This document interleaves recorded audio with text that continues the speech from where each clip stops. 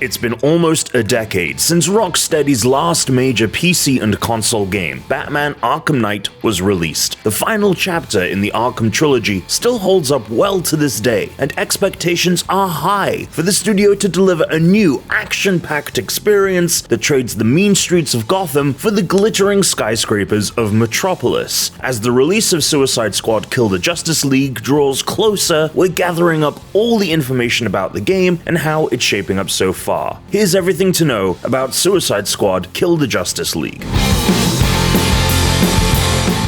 Set in Metropolis, Suicide Squad throws the gang of misfits into an alien invasion that has broken out in the iconic city that Superman calls home. Brainiac has arrived, kidnapped the populace, and turned Metropolis into a war zone thanks to the help of the brainwashed Justice League. Superman, Batman, Green Lantern, and The Flash have all fallen under the influence of the alien super genius, and the streets are full of gruesomely converted Metropolitans serving his will. Left with no other option, the Black Ops government group Argus sets out to restore order. While its operatives are infiltrating the city, Argus commander Amanda Waller recruits Deadshot, Harley Quinn, Captain Boomerang, and King Shark to serve as an expendable Spec Ops team to keep the Justice League at bay. Officially known as Task Force X and unofficially referred to as the Suicide Squad, the group is given the choice of reducing their prison sentence by aiding Waller as she retakes Metropolis. If the Suicide Squad wants to survive, they're going to need to learn to work together and put their differences aside. A few other familiar faces from DC Comics can also be spotted in the game, such as Batman villain the Penguin and Teen Titans antagonist Gizmo. These two villains serve as weaponsmiths and vendors in the game, providing the Suicide Squad with weapons that'll give them a fighting chance against Cape Crusaders and Emerald Knights. Set 5 years after the events of Batman Arkham Knight, you can also expect a few story elements from that game to crop up in Suicide Squad. On a somber note, this game marks the final performance of late voice actor Kevin Conroy as Batman, after he passed away in 2022. I am the Knight. I am Batman. Rocksteady rewrote the action rulebook with Batman Arkham Asylum, and for Suicide Squad, the studio is putting its stamp on run and gun gameplay. Each member of Task Force X has unique strengths that complement the base gameplay, and by making use of iconic DC tools and gadgets, they can move around Metropolis at breakneck speeds. Deadshot is one of the more traditional action genre characters, a jack of all trades who specializes in assault and sniper rifles, while using his jetpack to gain a vertical advantage in the skies. Harley Quinn will feel very familiar to Arkham fans as she uses her stolen bat drone to acrobatically swing across rooftops, while her pilfered bat grapnel lets her quickly climb vertical structures. King Shark is pure brute force, who can use leap attacks to close the distance, and when he's airborne, he can use his demigod powers to come crashing down to the ground and turn enemies into chum. Lastly, Captain Boomerang makes use of a Speed Force gauntlet to move at flash-like speeds, seemingly teleporting to locations where he throws his signature weapon. Overall, you can expect a game that builds on the same sense of momentum that defined the Batman Arkham games and gives you the tools to dig into those movesets as you level up each character.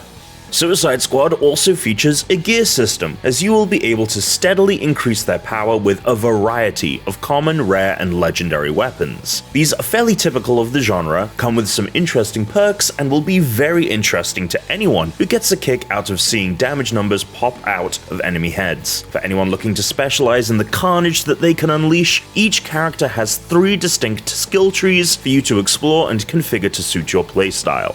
You'll never be locked to any specific character, as you can swap between them at any time outside of active combat while bots take control of the other 3. If you'd prefer a human element in your Suicide Squad, the game also has online matchmaking for some 4-player co-op chaos. You can even have any squad configuration that you want, and while it is advised that you have a varied roster, there's a thrill to the idea of unleashing a quartet of Harley Quinns or Deadshots on Brainiac's army, or gods forbid, a foursome of Boomerangs unleashing mayhem on the Drongos around them.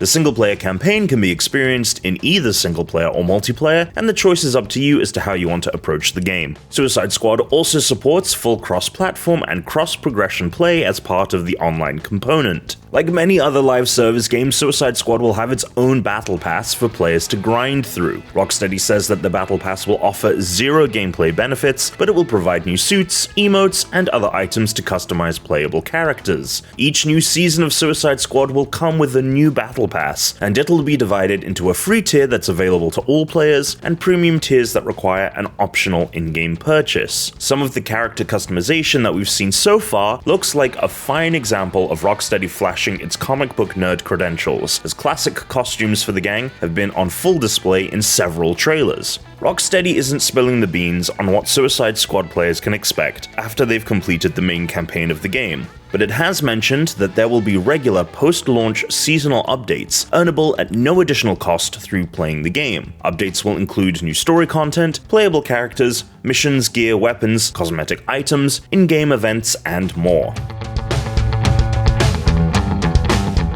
Since its first official reveal in 2020, Suicide Squad has seen a few delays along its development cycle. Currently, the game is scheduled to release on February 2nd, 2024. Originally slated for a 2022 release, the latest delay was, according to Rocksteady, needed to release Suicide Squad in the best state possible. When it does arrive, you can pick up Suicide Squad on PS5, Xbox Series X or S, or PC. There are two editions available. The standard edition is $70 and includes the game. By pre-ordering this version, you get classic outfits for the squad in-game.